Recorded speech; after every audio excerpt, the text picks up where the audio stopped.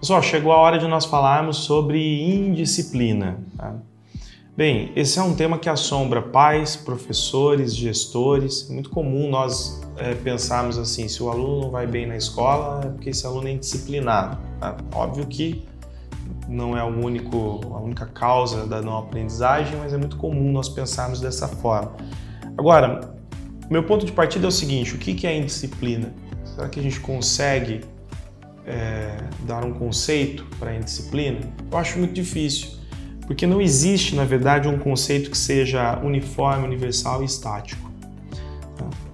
Em outras palavras, o conceito de indisciplina vai variar muito de acordo com um conjunto de valores, por sua vez, varia também de acordo com a história, de acordo com o contexto cultural, social e de acordo com as gerações. Aquilo que é indisciplina, por exemplo, para o meu pai, pode não ser para mim num determinado momento, uma situação dentro de sala de aula, enfim.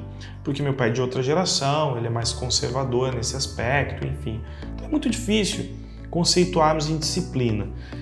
Bem, como professor, eu já presenciei muitos casos de indisciplina, que eu considerei como indisciplina.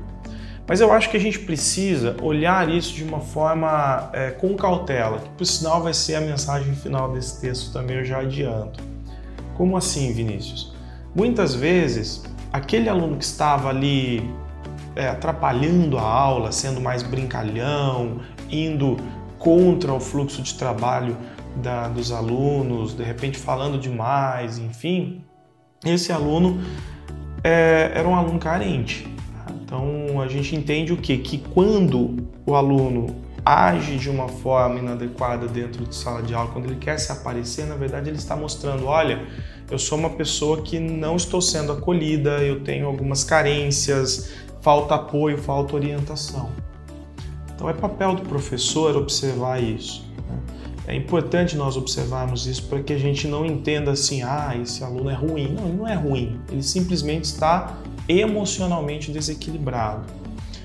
Mas existem outros casos. Por exemplo, existem alunos que faz parte da personalidade dele ser mais ativo. Se eu tenho uma sala de aula muito monótona, muito uniforme, muito formal, alguns alunos não vão se adaptar a ela. Tem alunos que gostam da criatividade, da interação, do movimento. Eles não conseguem ficar bem numa sala de muitas regras. Eu também não posso dizer que esse aluno é ruim, que esse aluno atrapalha a aula. Na verdade, não está havendo ali uma acomodação. Ele não está se sentindo muito bem acomodado naquele espaço.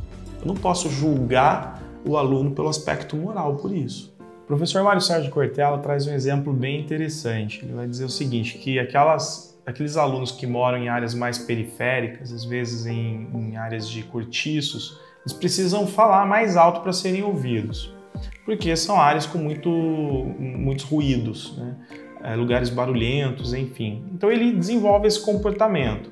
Lá na escola, nos corredores da escola, na sala de aula, como que esse aluno vai se comunicar? Falando alto. Só que ali na escola, esse comportamento, essa postura de falar alto, enfim, é vista como uma postura indisciplinada. O problema maior que eu vejo nisso é com relação à postura do professor, a nossa postura. Por quê? Porque nós vamos interpretar a ação do aluno com base nos nossos valores. Então eu vou, por exemplo, dizer que é indisciplina algo que o aluno fez, que de repente para ele não é indisciplina, e muitas vezes eu vou me abalar emocionalmente por isso, ou seja, o professor vai se sentir mal em que sentido?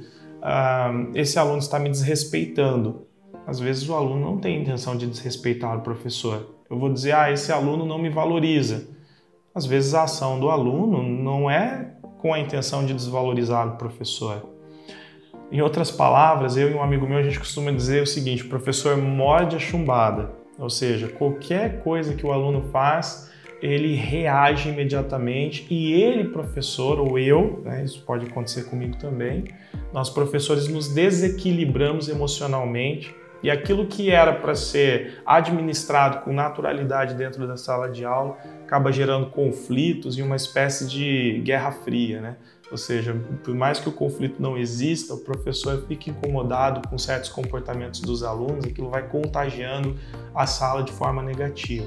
Então a gente precisa pensar nisso também. Eu, professor, eu preciso, antes de ter qualquer reação, antes de julgar o comportamento do aluno, eu preciso fazer uma análise, eu preciso manter um certo equilíbrio para poder lidar bem com esse tipo de situação. A verdade é que antes de nós julgarmos o aluno, classificarmos, antes de fazer esse julgamento sumário, classificar o aluno como um aluno ruim ou como um aluno indisciplinado ou desinteressado, é muito importante nós fazermos uma análise. Ou seja, eu preciso fazer uma análise do contexto social, do contexto cultural, do contexto psicológico.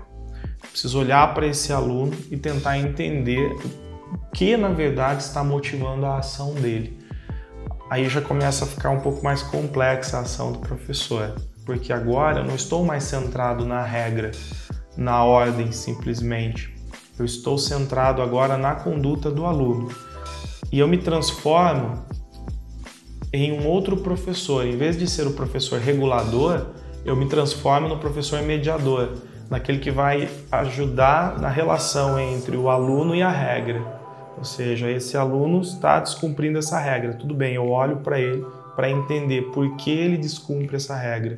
Porque ele não entende, porque ele é carente, porque a cultura dele é incompatível com essa regra. Ou seja, eu mudo a minha postura enquanto professor. Ok, Vinícius, o que você nos propõe então? Bem, eu estou aqui tentando trabalhar esse tema em disciplina a partir da educação afetiva. Então eu vou partir de dois pressupostos importantes. Primeiro, as regras são importantes, são necessárias, elas devem ser compreendidas e elas devem ser cumpridas.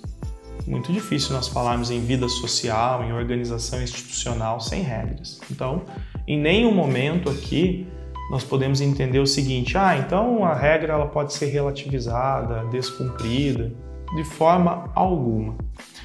Um outro ponto que eu acho muito importante, que eu tenho aqui como pressuposto, é o seguinte: quanto mais acolhidos, quanto mais equilibrados emocionalmente estiverem os nossos alunos, mais disposição eles terão para cumprir as regras.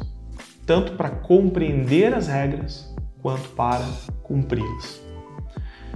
Se eu tenho, por exemplo, um aluno que não está emocionalmente bem, que não se sente acolhido, que se vê como ovelha negra dentro da escola, talvez a satisfação maior dele seja em descumprir as regras.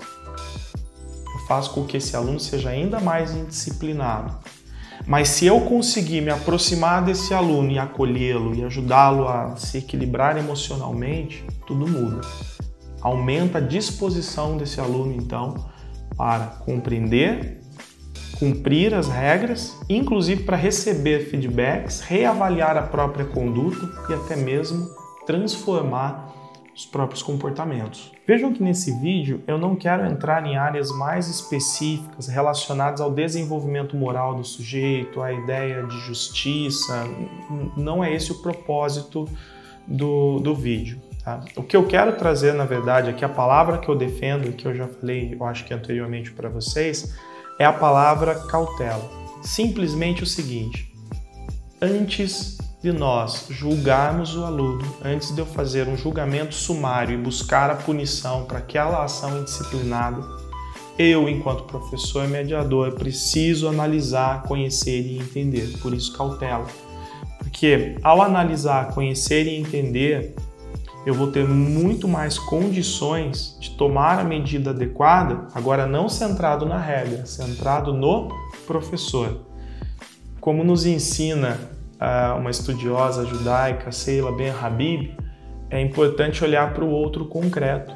Quando eu olho para o meu aluno, eu não posso enxergar apenas o outro generalizado, que é aquele sujeito que deve cumprir regras sociais para não receber punição. Eu também preciso identificar o outro concreto. Aquela pessoa que tem uma história diferente da minha, que vem de uma cultura diferente da minha, que tem vontades, desejos, necessidades e interesses peculiares. Como que eu consigo esse equilíbrio? como eu consigo pensar na diversidade, acolher o aluno na diversidade e, ao mesmo tempo, fazer com que todos possam entender e cumprir as regras dentro daquela instituição onde nós convivemos. Isso faz parte do saber conviver e é papel da escola ajudar o aluno a desenvolver essa competência.